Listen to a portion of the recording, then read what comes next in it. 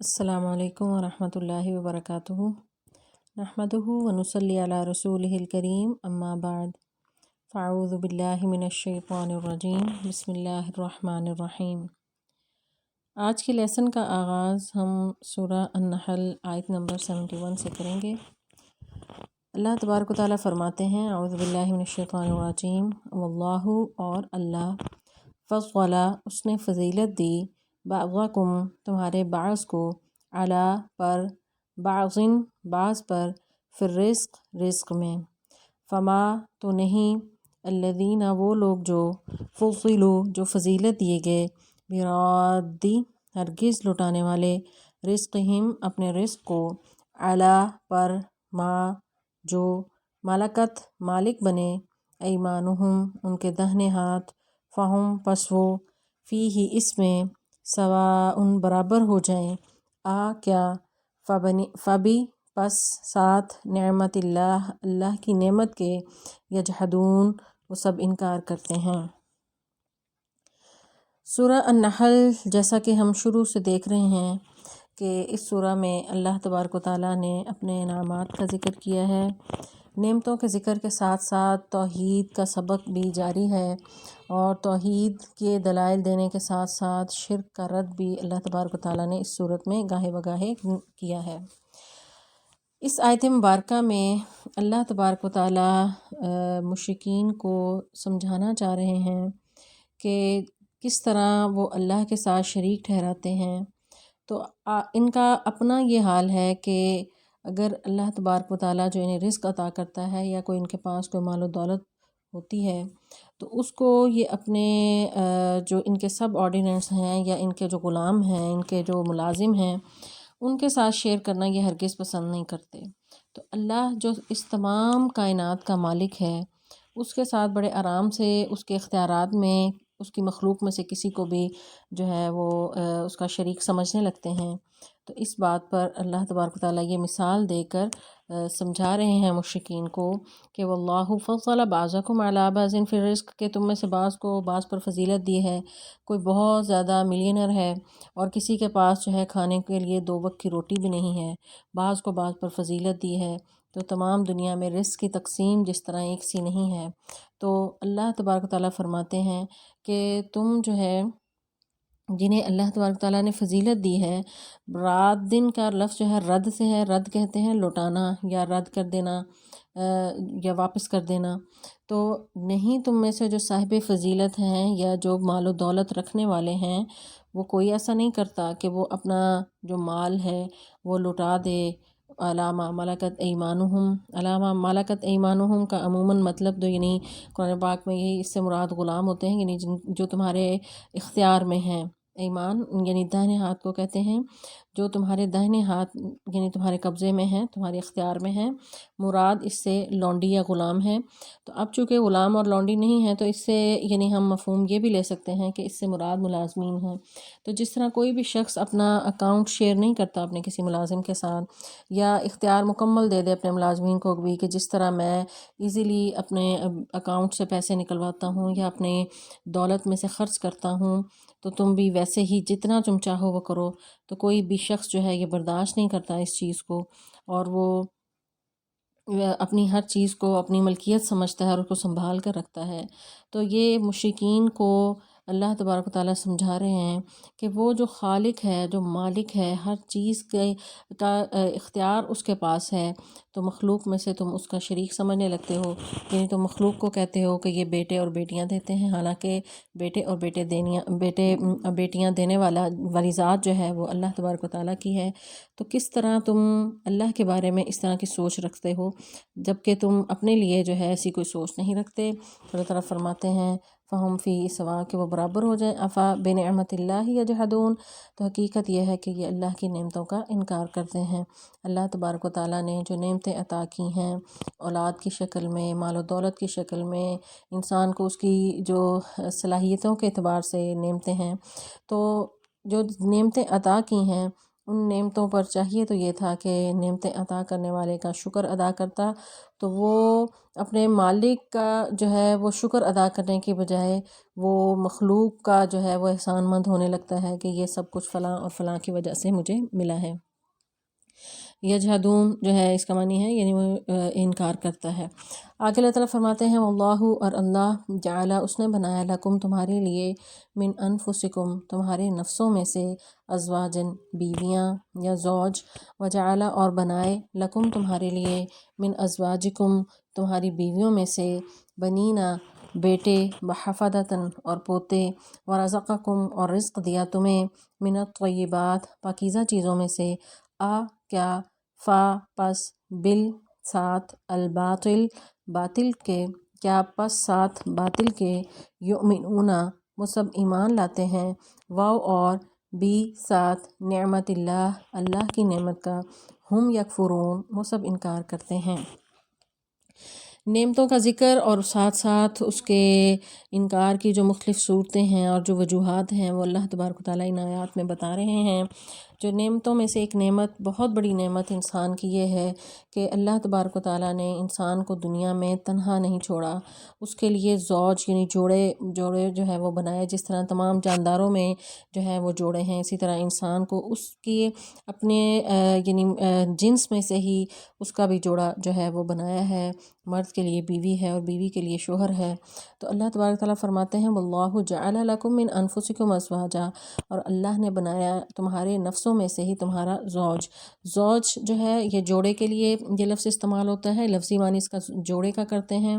تو اگر یہ مرد کے لیے یہ لفظ استعمال ہو تو اس سے مراد اس کی بیوی ہے، اور اگر عورت کے لیے استعمال ہو تو اس سے مراد اس کا شوہر ہے۔ تو اللہ نے تمہارے لیے تمہارے نفسوں میں سے زوج بنائے ہیں۔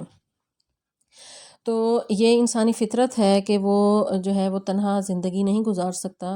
اور تنہائی کا شکار ہو کر کئی طرح کے مسائل کا شکار ہوتا ہے۔ یہاں تک کہ آدم علیہ السلام کا بھی ہم دیکھتے ہیں کہ حالانکہ وہ جنت میں تھے، ہر طرح کی نعمتیں تھیں، اس کے باوجود وہ اداس رہتے تھے، اور انہیں وہ ضرورت محسوس ہوتی تھی کہ ان کے ساتھ جو ہے وہ ان کا ساتھی ہو۔ تو پھر اللہ تبارک و تعالیٰ نے ان کی فطرت کو دیکھتے ہوئے جو ہے اماں حوا جو ہے انہیں پیدا کیا، اور پھر ان کے لیے جو ہے وہ تسکین کا ذریعہ بنایا۔ تو یہ اللہ تبارک و تعالیٰ نے جو زوج ہیں یعنی میاں بیوی، ایک اور جگہ بھی اللہ تعالیٰ نے اس نعمت کا ذکر کیا ہے کہ تمہارے لیے تمہاری بیویاں بنائیں جن میں جو ہے تمہارے لیے سکون ہے، یعنی میاں بیوی ایک دوسرے کے لیے سکون کا ذریعہ اور ایک دوسرے کے لیے آرام اور راحت کا ذریعہ ہے۔ تو یہ اللہ کی نعمتوں میں سے ایک نعمت ہے کہ یہ نہیں کہ کسی دوسری جنس سے جوڑا بنے تو وہ اس کے ساتھ اس طرح جو ہے یعنی انسان مطمئن نہیں ہو سکتا۔ اللہ تعالیٰ نے انسان کی فطرت کو دیکھتے ہوئے اسی کی جنس میں سے ہی جو ہے اس کا جوڑا بنایا۔ وجعل لکم من ازواجکم اور تمہاری بیویوں میں سے پھر جو ہے بیٹے دیے، وحفدہ اور پوتے دیے۔ حفدہ کا لفظ جو ہے حفدہ یحفدو، حا فا دال اس کا روٹ ورڈ ہے، حافدن کی یہ جمع ہے۔ اس کا لغوی ترجمہ جو ہے یعنی خدمت اور اطاعت کرنے والا اس سے مراد ہے، یعنی اس سے ایک سے زائد معنی جو ہے مفسرین اس کے بیان کرتے ہیں۔ عام طور پر اس کا ترجمہ پوتے کا ہی کیا جاتا ہے کہ بیٹوں کے بعد جو ہے وہ پوتے ہیں، یعنی بڑھاپے میں یہ جو اولاد ہے اپنی اولاد کی اولاد وہ سکون کا باعث ہوتی ہے کہ وہ بزرگوں کے لیے راحت اور سکون پہنچانے کا ذریعہ ہوتا ہے۔ تو ایک ترجمہ اس کا جو ہے بچوں کی اولاد جو ہے یہ معنی مراد لیا جاتا ہے۔ ایک اس کا معنی جو ہے بیٹی کا شوہر بھی اس سے مراد لیا جاتا ہے، کیونکہ اس کا لفظی ترجمہ ہم نے پڑھا تھا خدمت اور اطاعت کرنے والا، تو بعض اوقات داماد جو ہے وہ بیٹوں سے زیادہ خدمت اور اطاعت کرنے والے ہوتے ہیں، تو اس سے مراد یہ بھی لیا جا سکتا ہے۔ تو اللہ تبارک و تعالیٰ نے بیٹے تمہیں دیے اور پوتے دیے، ورزقکم اور تمہیں رزق دیا من الطیبات پاکیزہ چیزوں میں سے۔ تو رزق میں جو ہے یہ نعمتیں کھانے پینے کی اور جو استعمال کرتا ہے انسان وہ بھی ہیں، اور اس سے اولاد بھی رزق میں شامل ہے، انسان کی صلاحیتیں بھی اس میں شامل ہیں۔ رزق سے مراد جو ہے یعنی یہاں پر اس کو خاص طور پر طیبات پاکیزہ چیزیں جو ہے مراد لیں، تو اس سے وہ تمام چیزیں جو ہیں اس میں شامل ہیں کہ جن سے انسان جو ہے وہ لطف اندوز ہوتا ہے۔ تو اللہ تبارک تعالیٰ فرماتے ہیں وَرَزَقَكُمْ اور تمہیں رزق دیا من الطیبات پاکیزہ چیزوں میں سے، کیا پس بالباطل یؤمنون، کیا وہ باطل کے ساتھ ایمان لاتے ہیں؟ تو اتنی نعمتیں اللہ تعالیٰ نے عطا کی، بیویاں دیں جو تمہیں جن سے ہیں، اولاد دیں، اور پھر جو ہے یعنی تمہاری نام اور نسل کی بقا کا جو ہے وہ ایک ذریعہ بنا دیا، تمہارے زندگی کی ہر ضرورت پوری کرنے کے لیے پاکیزہ رزق عطا کیا۔ تو اس تمام نعمتوں پر چاہیے تو یہ تھا کہ وہ اللہ کا شکر بجا لاتا، تو کیا وہ کرتا ہے کہ وہ باطل پر ایمان لاتا ہے، یعنی اللہ کے ساتھ شریک ٹھہراتا ہے، اللہ کے ساتھ جو ہے مختلف حاجت روا مانتا ہے، مشکل کشا مانتا ہے، اور ان کے ہی احسانات کو مانتا ہے۔ وہ سمجھتا ہے کہ فلاں مجھے بیماری سے شفا دیتا ہے، فلاں نے بیٹا دیا، فلاں نے روزی دی، حالانکہ یہ سب کچھ باطل ہے۔ اللہ تعالیٰ فرماتے ہیں کہ یہ سب نعمتیں پانے کے بعد، اپنے رب سے پانے کے بعد، یہ باطل پر ایمان لاتے ہیں۔ وَبِنِعْمَةِ اللَّهِ هُمْ يَكْفُرُونَ، تو اصل نعمتیں جو دینے والا ہے اس کا وہ انکار کرتے ہیں۔ یعنی مشرک جو ہے وہ اپنے رب کا شکر گزار ہونے کے بجائے وہ باطل یعنی جھوٹی گھڑی ہوئی باتیں جو یعنی مشرک نے جتنے بھی اس کے نظریات اور اس کے عقائد ہوتے ہیں وہ تمام جھوٹ کا پلندہ ہوتا ہے، جھوٹ پر مبنی ہوتے ہیں، تو ان جھوٹ پر جو ہے وہ ایمان رکھتے ہوئے وہ اپنے رب کا جو ہے وہ اس کا انکار کرتا ہے اور کفر کا جو ہے مرتکب ہوتا ہے۔ آگے اللہ تعالیٰ فرماتے ہیں وَيَعْبُدُونَ، اور وہ عبادت کرتے ہیں، من دون اللہ، اللہ کے علاوہ، ما جو لا یملکون نہیں اختیار رکھتے، لہم ان کے لیے، رزق میں، من السماوات آسمانوں سے، والارض اور زمین سے، شیئن کچھ بھی، ولا یستطیعون اور نہ وہ طاقت رکھتے ہیں۔ حالانکہ ان کے جو معبود ہیں، ان کے جو بت ہیں، ان کے جو زندہ و مردہ جو بھی کوئی بزرگ ہیں جنہیں یہ اللہ کے ساتھ شریک ٹھہراتے ہیں، ان کی حالت یہ ہے کہ وہ تو کچھ بھی اختیار نہیں رکھتے۔ خالق جو ہے ہمارا رب جو ہے اللہ، وہ ہر طرح کے اختیارات کا وہ مالک ہے، زمین و آسمان کے درمیان جتنی بھی چیزیں ہیں ہر چیز اس کے قبضہ قدرت میں ہیں، وہ رزق بھی وہی دیتا ہے، اولاد بھی وہی عطا کرتا ہے۔ تو یہ جو ہے اللہ کے ساتھ جن کو شریک ٹھہراتے ہیں تو اللہ تعالیٰ فرماتے ہیں ما لا یملک لہم رزق من السماوات والارض، وہ تو زمین و آسمان کے درمیان کچھ بھی کوئی اختیار نہیں رکھتے، ولا یستطیعون نہ وہ اس کی طاقت رکھتے ہیں۔ تو یہ خام خواہ جو ہے یعنی انہوں نے اللہ کے ساتھ یہ جھوٹ گھڑتے ہوئے اللہ کے ساتھ شریک ٹھہراتے ہیں۔ پھر آگے اللہ تعالیٰ فرماتے ہیں فلا تغربو، نہ تم بیان کرو، تغربو جو ہے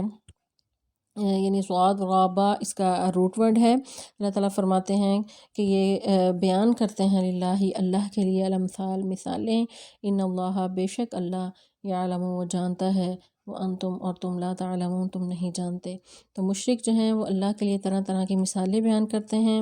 مثالیں جو ہیں یعنی اس سے اگلی دو آیات میں اللہ تبارک و تعالیٰ خود مثال کے ذریعے توحید کو سمجھاتے ہیں، جو باطل عقائد ہیں ان مشرکین کے ان کا رد کرتے ہیں۔ لیکن اس سے پہلے ہم انسانوں کو یہ نصیحت کی جا رہی ہے کہ اللہ کے لیے کوئی مثال بیان نہیں کرو، کیونکہ اللہ تعالیٰ فرماتے ہیں لیسا کمثلہ شیء، اللہ کی مانند کوئی بھی چیز نہیں ہے۔ تم یہ نہیں کہہ سکتے یعنی کوئی یعنی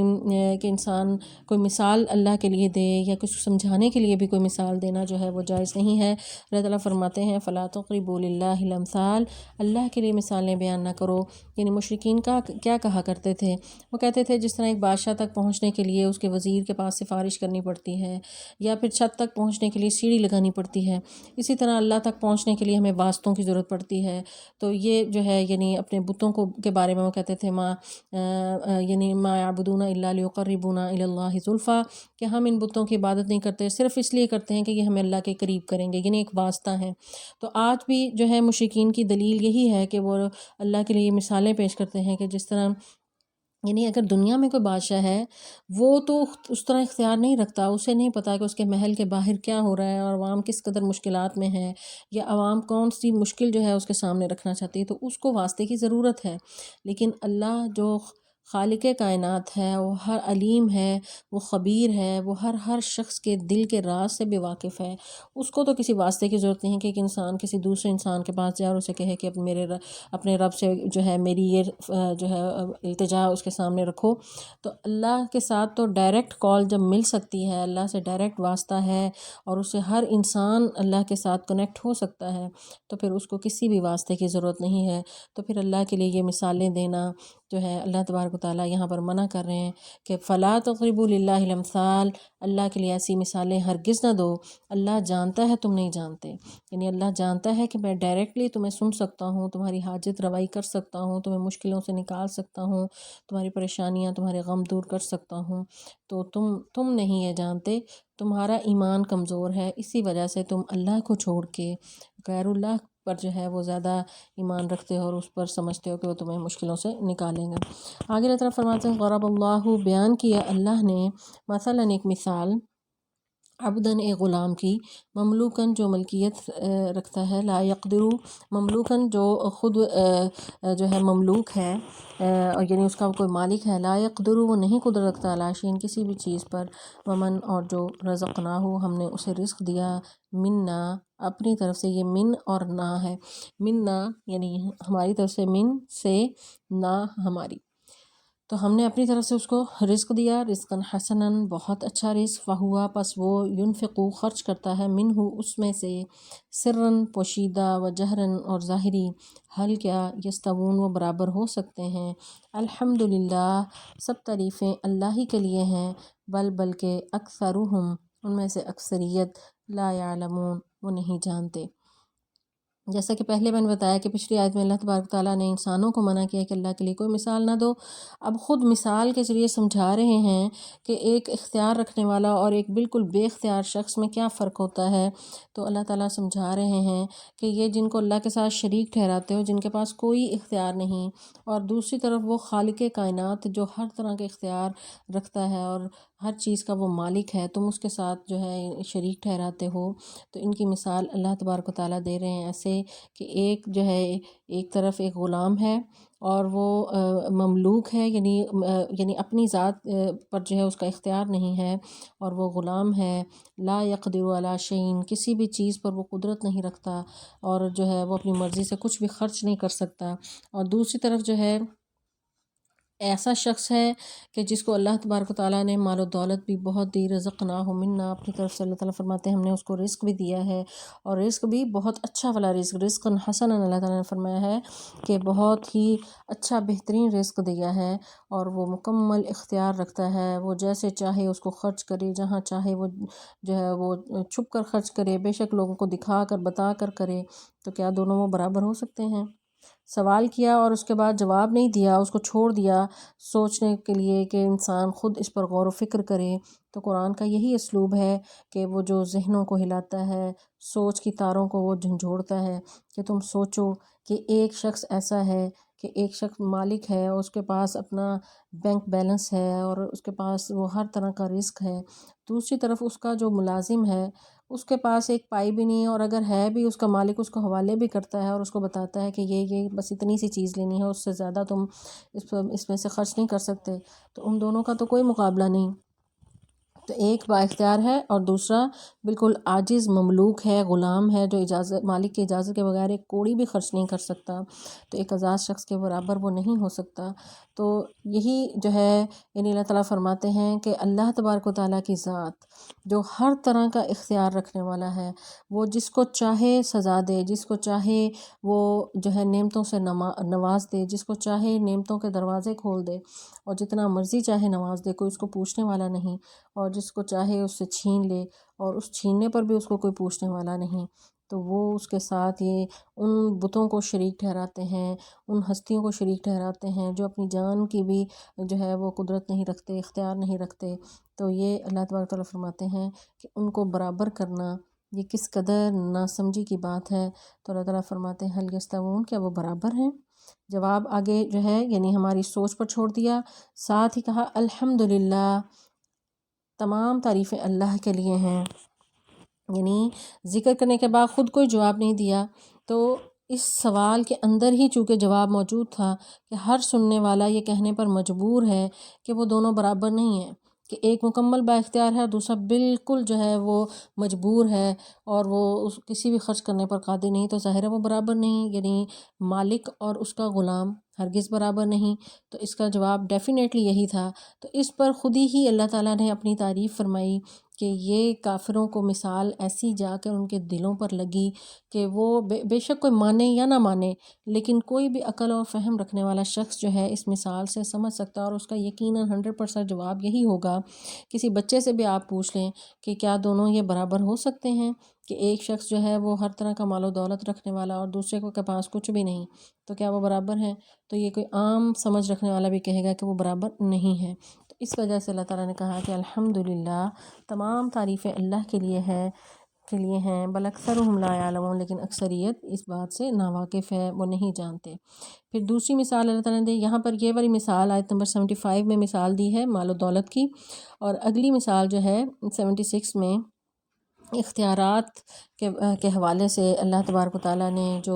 انسان کے یعنی صلاحیتیں ہوتی ہیں، ان صلاحیتوں کے حوالے سے اللہ تعالیٰ نے سمجھایا ہے، یعنی مال کے حوالے سے بھی سمجھایا ہے کہ مال خرچ کرنے کے حوالے سے، اور دوسرا جو ہے صلاحیتوں کے اعتبار سے جو ہے اگلی آیت میں اللہ تعالیٰ سمجھا رہے ہیں کہ وضرب اللہ، بیان کیا اللہ نے، مثلاً ایک مثال، رجلین، دو آدمیوں کی، احدہما، ان دونوں میں سے ایک، اب کا منہ گونگا ہے، لا یقدر، وہ نہیں قدرت رکھتا، اعلی شیئن، کسی بھی چیز پر، وہوا، اور وہ، کلا بوجھ ہے، کلن بوجھ ہے، اعلی مولاہ، اپنے مالک پر، اینما، جہاں کہیں، یوجہ، وہ اسے بھیجتا ہے، لا یاتی، وہ نہیں لاتا، بخیرن، کوئی بھی بھلائی، حل یستوی، ہوا، کیا وہ برابر ہوں گے، حل، کیا، یستوی، وہ برابر ہیں، ہوا، وہ، ومن یامر، اور جو حکم دیتا ہے، بالعدل، عدل کے ساتھ،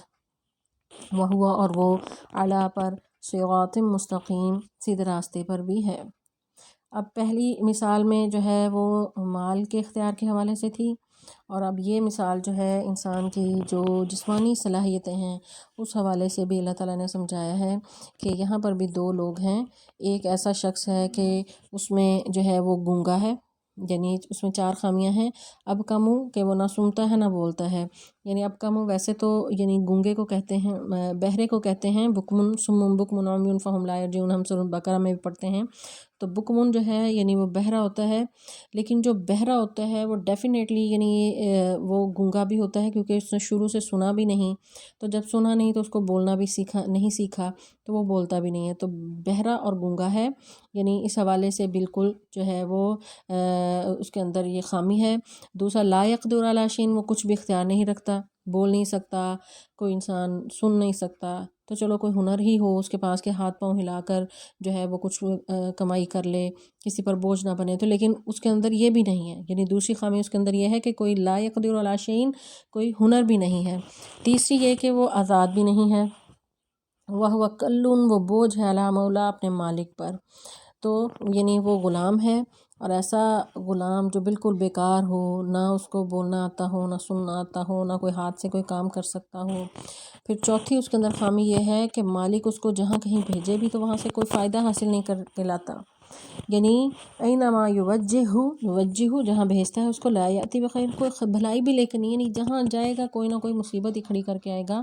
تو چار اس کے اندر خامیاں ہیں، تو کیا یہ برابر ہو سکتا ہے کسی ایسے شخص کے ساتھ جس کی آگے یعنی پھر اللہ تعالیٰ نے دو اس کی خوبیاں بتائی ہیں کہ وہ جو ہے ومن یأمر بالعدل، وہ عدل کا ساتھ دیتا ہے، عدل کا حکم دیتا ہے، یعنی عدل کا حکم دینے کے لیے ظاہر ہے کہ اس کے اندر سمجھ بوجھ ہوگی، تو وہ عدل کو پہچانے گا، اور پھر وہ بول بھی سکتا ہے، ظاہر عدل کا حکم دے رہا ہے تو بول کے ہی حکم دے گا،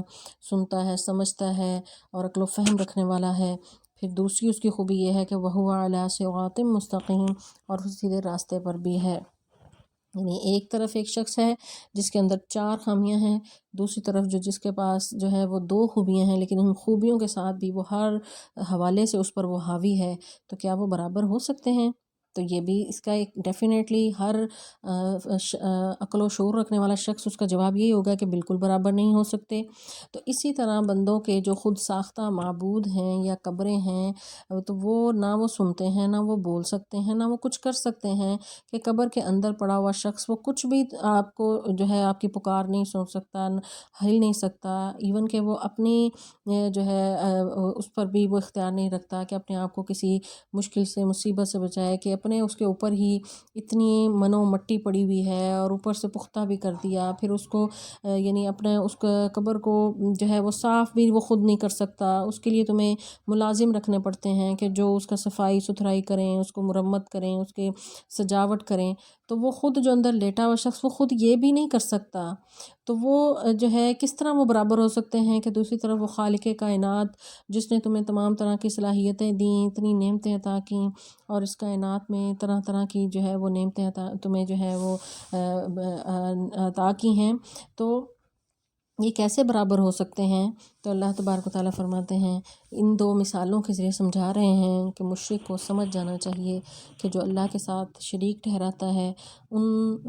جو ہے ہستیوں کو کہ جو کسی بھی طرح کا اختیار نہیں رکھتے، جو مالک بھی نہیں ہیں، وہ مختار بھی نہیں ہیں۔ یعنی پہلی مثال میں ہم نے پڑھا تھا آیت نمبر 75 میں کہ اس کے پاس پیسہ خرچ کرنے کا اختیار نہیں، دوسری مثال میں ہم نے پڑھا کہ وہ جسمانی طور پر بھی لاغر ہیں، تو دونوں حوالے سے یعنی وہ کمزور ہیں مشرکوں نے جو معبود بنا رکھے ہیں۔ اس کے بالمقابل اللہ تبارک و تعالیٰ کی ہستی ایسی ہستی ہے کہ ہر طرح کے یعنی وہ خالق بھی ہے، وہ مالک بھی ہے، وہ مدبر بھی ہے، وہ تمام طرح کے انتظامات کو چلانے والا بھی ہے۔ تو ایک اتنی سی ایک عام فہم بات جو ہے وہ ان مشرکوں کے جو ہے وہ دماغوں میں نہیں پڑتی اور یہ نہیں سمجھتے۔ اللہ تعالیٰ فرماتے ہیں کہ وَلِلَّهِ اور اللہ ہی کے لیے ہے غیب السماوات آسمانوں کا غیب، والارض اور زمین کا، وما امر الساعہ اور نہیں معاملہ قیامت کا، الا مگر کلمح جھپکنے کی طرح، البصر آنکھ کے، او یا ہوا وہ اقرب زیادہ قریب ہے، ان اللہ بے شک اللہ علی کل شیء قدیر ہر چیز پر وہ قادر ہے۔ اللہ تبارک و تعالیٰ خالق ہے، مالک ہے، ہر طرح کا وہ جو ہے وہ اختیار وہ رکھتا ہے۔ اس کے ساتھ ساتھ اللہ تعالیٰ نے ایک اور اپنی صفت بیان کی ہے اس آیت میں کہ وہ زمین و آسمان کے غیب کا بھی وہ جو ہے وہ جاننے والا ہے۔ کوئی شخص جتنا بھی کوئی علم رکھتا ہو، جتنا بھی اس کے پاس جدید ٹیکنالوجی ہو، وہ یہ دعویٰ نہیں کرتا کہ وہ دنیا کی ایک ایک چیز کا، ہر چیز کا، زمین و آسمان کے درمیان جو کچھ ہے اس کا علم اس کے پاس ہے، تو یہ دعویٰ آج تک کوئی نہیں کر سکا۔ تو خالق کائنات جو ہر چیز کو پیدا کرنے والا ہے وہی جو ہے ہر چیز کا علم رکھنے والا ہے، وہ زمین و آسمان کے غیب کو جاننے والا ہے، آسمان کی بلندیوں میں کیا کچھ چھپا ہوا ہے، زمین کی گہرائیوں میں کیا کچھ چھپا ہوا ہے، سمندر کی گہرائیوں میں کون کون سی مخلوقات ہیں، ہر چیز کو وہ جاننے والا ہے۔ اور آگے جو ہے معاملہ قیامت کا ہے جہاں تک، تو اللہ تعالیٰ فرماتے ہیں مشرکین چونکہ ہر وقت وہ کہتے رہتے تھے کہاں ہے وہ قیامت، کہاں کب قیامت آئے گی، تو اللہ تعالیٰ فرماتے ہیں کہ سوال کا ذکر نہیں کیا لیکن بس ساتھ جواب دے دیا، چونکہ وہ اللہ کا انکار کرتے تھے، آخرت کا انکار کرتے تھے، تو اللہ نے فرمایا کہ جس قیامت کا یہ انکار کرتے ہیں اور جس کو مذاق کا نشانہ بناتے ہیں، یعنی اس صورت کا آغاز بھی ہم نے دیکھا کہ اتی امر اللہ فلا تستعجلوا سے ہوا تھا کہ اللہ کا فیصلہ آ گیا تو تم اس میں جلدی نہ کرو، تو وہ قیامت جو ہے وہ تو ایسے آئے گی کہ یہ انہیں پتہ بھی نہیں چلے گا، اور پلک جھپکنے میں، الا کلمح البصر، پلک جھپکنے کی طرح جو ہے، او ہوا اقرب، پلک جھپکنے میں بھی بلکہ ٹائم لگتا ہے، لمحات جو ہیں اس سے بھی کم لمحے میں قیامت آ جائے گی۔ تو قیامت تو کوئی دور نہیں ہے، وہ اللہ تعالیٰ جب چاہے جو ہے یعنی جس کی موت آ جائے، رسول اللہ صلی اللہ علیہ وسلم فرماتے ہیں اس کے لیے تو قیامت تو شروع ہو گئی، تو موت اس سے مراد ہو یا قیامت کا وقت ہو، تو اللہ کے لیے تو کوئی مشکل نہیں ہے، کوئی دور نہیں ہے۔ تو اللہ تعالیٰ فرماتے ہیں کہ قیامت جو ہے اس کا چھوٹے سے چھوٹا حصہ بھی ایسے ہی ہے، یعنی جیسے اچانک جو ہے وہ آ جائے، اور رسول اللہ صلی اللہ علیہ وسلم کی حدیث بھی ہے کہ قیامت تو ایسے یعنی آ جائے گی کہ کوئی ایک شخص جو ہے وہ اونٹ کا دودھ دو رہا ہے اور ابھی وہ پیے گا بھی نہیں اور قیامت آ جائے گی، ایک شخص منہ میں نوالا یعنی توڑ کے ڈال رہا ہے اور ابھی منہ تک پہنچے گا نہیں اور قیامت آ جائے گی۔ تو قیامت تو یعنی کوئی دور نہیں ہے، پلک جھپکنے میں، یعنی انسان اب دنیا میں بھی دیکھیں ہم، یعنی اپنے ارد گرد جو ہے بے شمار مثالیں ہم دیکھتے ہیں کہ جس طرح کوئی ایکسیڈنٹ ہوتا ہے تو چند لمحات پہلے ان لوگوں کو تصور میں بھی نہیں ہوتا کہ کچھ عرصے کچھ یعنی لمحوں کے بعد ہم اس دنیا میں نہیں ہوں گے، یا ہمارا حال کس طرح ہوگا، یا زلزلہ آ جائے یا کوئی طوفان یا کوئی کسی بھی طرح کی کوئی آفت آئے تو انسان کو پتہ بھی نہیں، یعنی وہ اس کو سنبھلنے کی بھی مہلت نہیں ملتی، تو قیامت بھی اسی طرح ہی اچانک آ جائے گی کہ انسان کو بالکل بھی مہلت نہیں ملے گی۔ تو اللہ تعالیٰ فرماتے ہیں کہ ان اللہ علی کل شیء قدیر، اللہ ہر چیز پر قادر ہے۔ اور قیامت کے بارے میں اللہ تعالیٰ ایک اور جگہ بھی فرماتے ہیں سورہ معارج میں، انہم یرونہ بعیدا ونراہ قریبا، کہ یہ لوگ جسے بڑا دور سمجھتے ہیں ہم تو اسے بہت قریب سے دیکھ رہے ہیں۔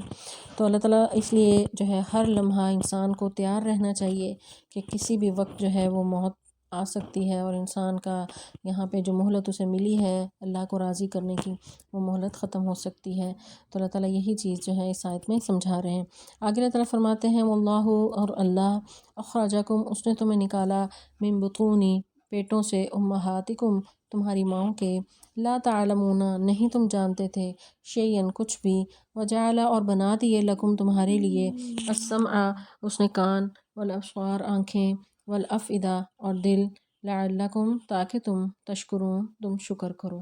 اب پھر نعمتوں کا ذکر ہے، درمیان میں توحید کے دلائل اور ساتھ شرک مشرکین کے عقائد کا رد کرنے کے بعد پھر اللہ تبارک و تعالیٰ ایک دفعہ پھر نعمتوں کا ذکر جو ہے وہ شروع کیا ہے، اور اس میں سے سب سے بڑی نعمت یہ ہے کہ اللہ تبارک و تعالیٰ نے کس طرح انسان کو تخلیق کیا، ماؤں کے پیٹوں سے جو ہے، یعنی تمہیں جو ہے وہ اللہ تعالیٰ نے نکالا۔ تو اس سے پہلے بھی جو مراحل ہیں انسان کے، کہ کس طرح حمل ٹھہرتا ہے، اور وہ تمام مراحل، جو 6 مراحل قرآن پاک میں اللہ تعالیٰ نے ذکر کیا ہے، کہ علقہ ہے یعنی گوشت کا لوتھڑا، پھر اس کے بعد اس پہ ہڈیاں بنتی ہیں، اور کس طرح جو میں اللہ تبارک و تعالیٰ نے تخلیق کیا اور محفوظ جو ہے پردوں میں رکھا، اور خوراک کا انتظام وہاں پر بھی کیا۔ پھر پیدا ہوتا ہے انسان، پھر اس کے کان اور آنکھیں بنائے، اللہ تعالیٰ فرماتے ہیں وجعل لکم السمع والابصار والافئدہ، کان، آنکھیں اور دل تمہارے بنائے، یعنی یہ پورے مکمل اعضاء کے ساتھ جو ہے ایک منی انسان جو ہے وہ دنیا میں آتا ہے، اور یعنی اس کے تمام طرح کے اعضاء پورے ہیں، لیکن ابھی اس پر وہ اختیار نہیں رکھتا، وہ کمزور ہوتا ہے، لیکن آہستہ آہستہ وقت گزرنے کے ساتھ ساتھ کیسے جو ہے وہ اللہ تبارک و تعالیٰ نے اس کو جو یعنی نعمتیں عطا کی ہیں اعضاء کی صورت میں، ان کا استعمال کرنا وہ سیکھتا ہے، اور پھر جو ہے وہ اتنا بڑا ہو جاتا ہے، اور جب وہ بڑا ہوتا ہے تو پھر وہ اللہ کے ساتھ ہی شریک ٹھہرانے لگتا ہے کہ اس خالق نے کس انداز سے، یعنی انسان، قرآن پاک میں طرف فرماتے ہیں ایک اور جگہ کہ تم اگر اپنی نفسوں پر ہی غور کرو تو انسان کو سمجھ آ جائے گی کہ انسان کی حقیقت کیا ہے، کہ انسان جو ہے کس طرح کچھ بھی نہیں تھے، من منی یمنا، کہ ایک حقیر پانی کے قطرے سے اللہ تبارک و تعالیٰ نے انسان کو تخلیق کیا، اور کہاں وہ اتنا بڑا ہو کر پھر وہ جو ہے وہ اکڑنے لگتا ہے، اور وہ اللہ کے ساتھ کفر کرنے لگتا ہے۔ تو اللہ تعالیٰ فرماتے ہیں کہ لعلکم تشکرون، یہ سب کچھ نعمتیں اللہ نے تمہیں اس لیے دیں، یہ اعضاء، یعنی ناک ہے، کان ہے، آنکھیں ہیں، کتنی، یعنی ایک ایک نعمت انسان اگر گننے لگے، کہ ایک عضو بھی کوئی خراب ہو یا پیدائشی طور پر ٹھیک نہ ہو، انسان دنیا جہان کی دولت بھی لگا دے، جتنا مرضی میڈیکل سائنس ترقی کر لے، خالق کی طرح وہ نہیں بنا سکتا۔ تو اللہ تعالیٰ فرماتے ہیں کیا یہ شکر کا مقام نہیں کہ تمہیں ایک مکمل انسان بنا کر جو ہے اللہ تعالیٰ نے اس دنیا میں بھیجا، لعلکم تشکرون، تاکہ تم اس کا شکر ادا کرو۔ آگے اللہ تعالیٰ فرماتے ہیں علم، کیا نہیں، یارو، انہوں نے دیکھا، الی الطیر، پرندوں کی طرف، مسخرات، مسخر ہیں، مسخر کر دیے، فی جوی، فضا میں، السماء، آسمان کی، ما، نہیں، یمسکہن، وہ انہیں روکتا، الا اللہ، مگر اللہ، ان، بے شک، فی ذالک، اس میں بھی، لآیات، البتہ نشانیاں ہیں، لقوم، ایسی قوم کے لیے، یؤمنون، جو ایمان لاتے ہیں۔ اللہ تبارک و تعالیٰ یہاں پر پہلے انسان کو اپنے ذات پر غور کرنے کا حکم دیا کہ تم دیکھو کس طرح تم ماؤں کے پیٹوں سے، یعنی تمہارا اس دنیا میں آنے کا ذریعہ دیکھو کیا ہے، کس طرح اللہ نے بنایا، لا تعلمون شیء، کچھ تم جانتے نہیں تھے، یعنی تمہیں یعنی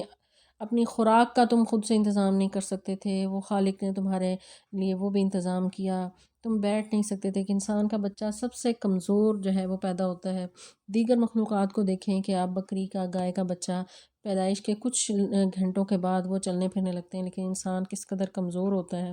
لیکن جیسے جیسے وہ بڑا ہوتا ہے تو وہ جو ہے وہ کرنے لگتا ہے۔ تو اللہ تعالیٰ فرماتے ہیں اپنی ذات پر غور کرو، اور پھر اپنے ارد گرد میں بھی دیکھا کرو، دیکھو کہ یہ پرندے جن کو اللہ تبارک و تعالیٰ نے فضاؤں میں وہ اڑتے ہیں، اور انہیں پرندوں کو جو ہے یعنی اللہ تعالیٰ نے مسخر کر دیا ہے، فی جو، فی السمائی، فی جو السمائی، آسمان کی فضا میں، یعنی آسمان میں وہ اڑتے پھرتے ہیں، اور کس نے ان کو تھاما ہے، اور اللہ تعالیٰ فرماتے ہیں ما یمسکہن، یمسکو جو ہے امساک کہتے ہیں تھامنا، اور سورۃ ملک میں بھی اللہ تعالیٰ نے ذکر کیا ما یمسکہن الرحمن، کہ انہیں رحمان نے تھاما ہوا ہے۔ یعنی آپ دیکھیں کہ کوئی ان کو سہارا نہیں، اور کس طرح پروں اور دم کے ذریعے وہ اڑتے ہیں اور آسمان میں جو ہے آسمان کی بلندیوں میں وہ تیر رہے ہیں۔ تو اللہ تبارک و تعالیٰ نے یہ مخلوق بھی پیدا کی ہے، تو انسان کے لیے ان تمام چیزوں میں جو ہے عبرت ہے کہ وہ ان کو دیکھے اور اس سے اپنے خالق کو پہچانے، اور دیکھے کہ کس طرح جو ہے اللہ تبارک و تعالیٰ نے یہ مخلوقات، ان کا جو ہے سٹرکچر کس طرح بنایا ہے، کہ وہ فضا میں پرندے جو ہیں ان کی ہڈیوں کا سٹرکچر، ان کے پروں کا نظام اس طرح کہ وہ گرتے نہیں ہیں اور آگے سے آگے ہوا میں جو ہے وہ اڑتے چلے جاتے ہیں۔ کون ہے جس نے ان کو تھام رکھا ہے؟ تو یہ جو ہے یعنی یہ دعویٰ کوئی انسان نہیں کر سکتا کہ ہماری وجہ سے یہ جو ہے آسمان میں پرندے ٹھہرے ہوئے ہیں، تو یہ خالق ہے جس نے ان کو تھاما ہوا ہے، جس کے ساتھ یہ شریک ٹھہراتے ہیں۔ آگے اللہ تعالیٰ فرماتے ہیں واللہ، اللہ اور اللہ جعل، اس نے بنایا لکم تمہارے لیے من بیوتکم تمہارے گھروں سے سکنن رہنے کی جگہ، وجعل اور بنائے لکم تمہارے لیے من جلود الانعام چوپاؤں کے چمڑوں سے، جلود جلد کی جمع ہے، یعنی جلد یعنی چمڑا، الانعام چوپائے، بیوتن گھر، تستخفونہا تم ہلکا پھلکا پاتے ہو انہیں، یوم غعنکم اپنے سفر کے دن، و یوم اقامتکم اور اپنے اقامت کے دن، ٹھہرنے کے دن، ومن اصوافہا اور ان کی اون سے، و اوبارہا اور ان کی پشم سے، و اشعارہا اور ان کے بالوں سے، اثاثاً سامان، و متاعاً اور فائدے کی چیزیں، الی حین ایک وقت مقرر تک۔ نعمتوں کا ذکر ہے، پرندوں کے ساتھ ساتھ جانوروں کا ذکر تفصیل سے ہم پیچھے بھی پڑھ آئے ہیں۔ اب جانوروں کے جو دیگر فوائد ہیں ان میں سے ایک فائدہ یہ بھی بتایا کہ تم ان سے اپنے گھر بھی بناتے ہو، ان کے چمڑے سے تم اپنے ٹینٹ اور خیمے بناتے ہو، اور گھروں کی کون کون سی اقسام ہیں وہ بھی ذکر کی کہ واللہ جعل لکم من بیوتکم، کہ تمہارے لیے بنایا اس نے گھر، یعنی تم اس گارے سے، مٹی سے، پتھر سے، جو بھی مٹیریل گھروں کے بنانے میں استعمال ہوتا ہے تو وہ اس کو بنانے والا بھی ذات جو ہے وہ اللہ ہی کی ہے۔ سکنن جو تم جہاں پر رہتے ہو، انسان کی جو بنیادی ضروریات ہیں ان میں کھانا، رہائش، لباس، تو اللہ تبارک و تعالیٰ نے رزق کا بھی ذکر کیا، کھانے پینے کی چیزوں کا، جس میں شہد، دودھ اور جانوروں کا گوشت اور یہ تمام نعمتیں اور پھل ہیں اور پانی ہے، ان تمام نعمتوں کا ذکر ہم پہلے پڑھ رہے ہیں۔ پھر اس کے ساتھ ساتھ جو ہے یعنی رہائش کا ذکر یہاں پر کیا، لباس کا ذکر جو ہے وہ بھی ہم آگے پڑھیں گے۔ تو اللہ تعالیٰ فرماتے ہیں واللہ اور اللہ جعل بنایا اس نے تمہارے لیے گھروں کو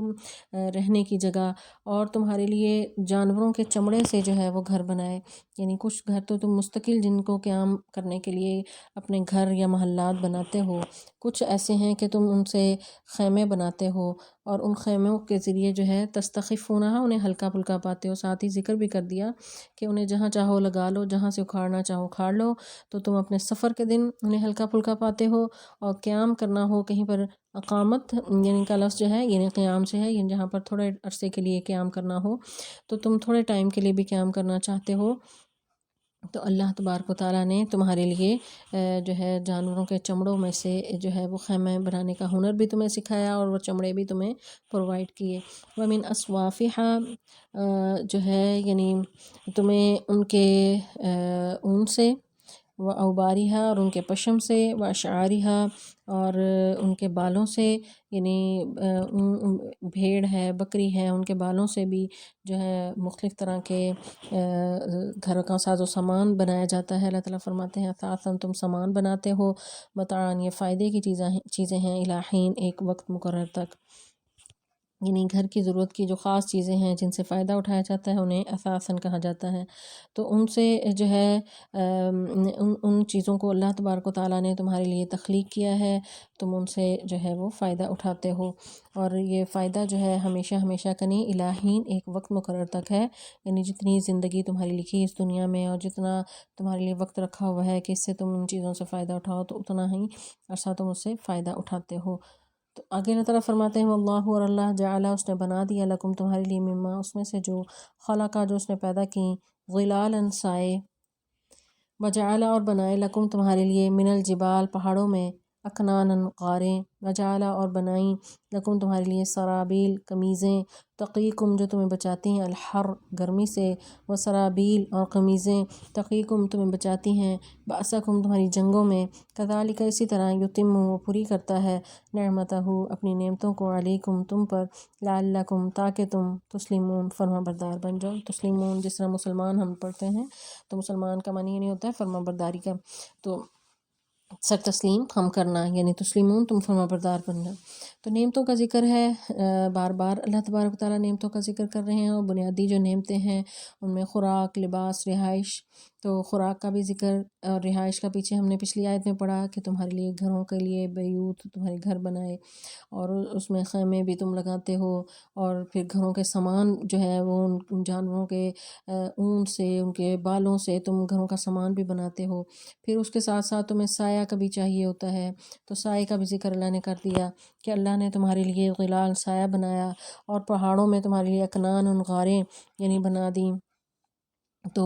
یعنی بعض اوقات یعنی ہم دیکھتے ہیں کہ پہاڑوں میں جو رہنے والے لوگ جو ہیں وہ کھود کر اس میں غاریں اور مکان اور محلات، اور آج بھی یعنی پرانی جو قومیں تھیں بڑے بڑے گھر اور محلات وہ بناتے تھے، تو وہ آج بھی ان کی موجود ہیں۔ تو وہ جو ہیں یعنی اللہ تبارک تعالیٰ فرماتے ہیں تو پہاڑوں کو بھی تمہارے لیے رہائش کا جو ہے ایک ذریعہ بنا دیا، ان کے پتھر کو تم کاٹ کاٹ کر اپنے گھروں کو سجاتے ہو۔ وجعل لکم سرابیل اور تمہارے لیے بنائیں قمیصیں، تقیکم جو تمہیں بچاتی ہیں گرمی، الحر حر کہتے ہیں گرمی کو، تو صرف گرمی کا ذکر یہاں پر کیا، حالانکہ لباس جو ہے وہ گرمی اور سردی دونوں سے بچاتا ہے۔ تو اس پر بعض مفسرین کہتے ہیں کہ یعنی گرمی کا ہی صرف ذکر اس لیے کیا ہے کہ عربوں کے ہاں گرمی کا موسم زیادہ ہوتا تھا، لیکن بعض مفسرین کہتے ہیں کہ یہاں پر گرمی کا ذکر کیا لیکن اس سے پہلے جو ہے اسی صورت میں ہی آیت نمبر 5 میں جو ذکر کر دیا اللہ تعالیٰ نے سردی سے بچنے کے لیے جو لباس ہے، لکم فیہا دفء، جانوروں کا جہاں پر فائدے ذکر کیے تھے تو وہاں پر یہ ذکر کیا تھا کہ لکم فیہا دفء، کہ تم جانوروں سے جو اون حاصل کرتے ہو اس سے تمہیں گرمی کا سامان ملتا ہے، یعنی سردیوں میں اپنے آپ کو گرم رکھنے کے لیے اون حاصل کرتے ہو۔ تو یہاں پر لباس کا جو دوسرا فائدہ ہے کہ وہ گرمی سے بچاتا ہے، تم اپنے آپ کو محفوظ رکھتے ہو لو سے، گرمی سے۔ تو لباس جو ہے انسان کو ہر طرح کی جو بیرونی اس پر جو ہے اثرات ہو سکتے ہیں ان سے بچانے کا ایک ذریعہ ہے، اور کچھ یعنی لباس جو ہے گرمی اور سردی بچانے کے لیے بھی استعمال ہوتا ہے، اور لباس تم اپنا یعنی جنگ کی حالت میں جو خاص وردی پہنتے ہو، یعنی خاص قسم کی جیکٹیں، گاڑیاں یا ٹینکس یا زیرہ وغیرہ یا ہیلمٹ پہنتے ہیں، تو اس طرح کی جو ہے وہ تمہارے لیے لباس کا یعنی یہ بھی لباس اللہ تبارک و تعالیٰ نے تمہارے لیے بنایا ہے باسکم تمہاری جنگ کی حالت میں، تو یعنی گرمی اور سردی سے محفوظ کرنے کا بھی ذریعہ ہے لباس، اور تمہیں حالت جنگ میں باہر کی طرف سے پہنچنے والے نقصان سے بھی محفوظ رکھتا ہے۔ تو اللہ تعالیٰ فرماتے ہیں اس طرح ہم نے تم پر اپنی نعمتیں تمام کی ہیں، یتم نعمتہ،